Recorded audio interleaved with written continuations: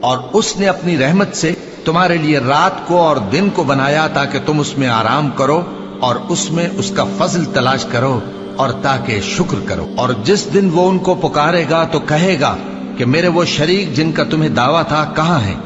اور ہم ہر ایک امت میں سے ایک گواہ نکال لیں گے، پھر کہیں گے کہ اپنی دلیل پیش کرو، تو وہ جان لیں گے کہ سچ بات اللہ کی ہے اور جو کچھ وہ افترا کیا کرتے تھے ان سے جاتا رہے گا۔ قارون موسیٰ کی قوم میں سے تھا، پھر وہ ان پر زیادتی کرنے لگا، اور ہم نے اس کو اتنے خزانے دیے تھے کہ ان کی کنجیاں ایک طاقتور جماعت کو اٹھانا مشکل ہوتی۔ جب اس سے اس کی قوم نے کہا کہ اترائیے مت، کہ اللہ اترانے والوں کو پسند نہیں کرتا، اور جو مال تم کو اللہ نے عطا فرمایا ہے اس سے آخرت کی بھلائی طلب کیجیے اور دنیا سے اپنا حصہ نہ بھلائیے، اور جیسی اللہ نے تم سے بھلائی کی ہے ویسی تم بھی لوگوں سے بھلائی کرو، اور ملک میں طالب فساد نہ ہو، کیونکہ اللہ فساد کرنے والوں کو دوست نہیں رکھتا۔ وہ بولا کہ یہ مال مجھے میرے ایک ہنر کے سبب ملا ہے۔ کیا اس کو معلوم نہیں تھا کہ اللہ نے اس سے پہلے بہت سی امتیں جو اس سے قوت میں بڑھ کر اور جمعیت میں بیشتر تھیں ہلاک کر ڈالی تھیں،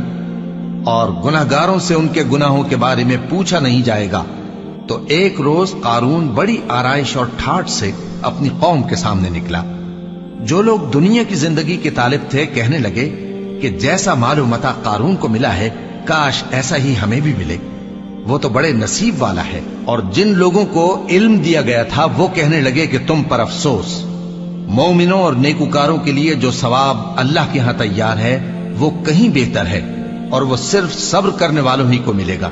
پس ہم نے قارون کو اور اس کی حویلی کو زمین میں دھسا دیا، تو اللہ کے سوا کوئی جماعت اس کی مددگار نہ ہو سکی اور نہ وہ بدلہ لے سکا۔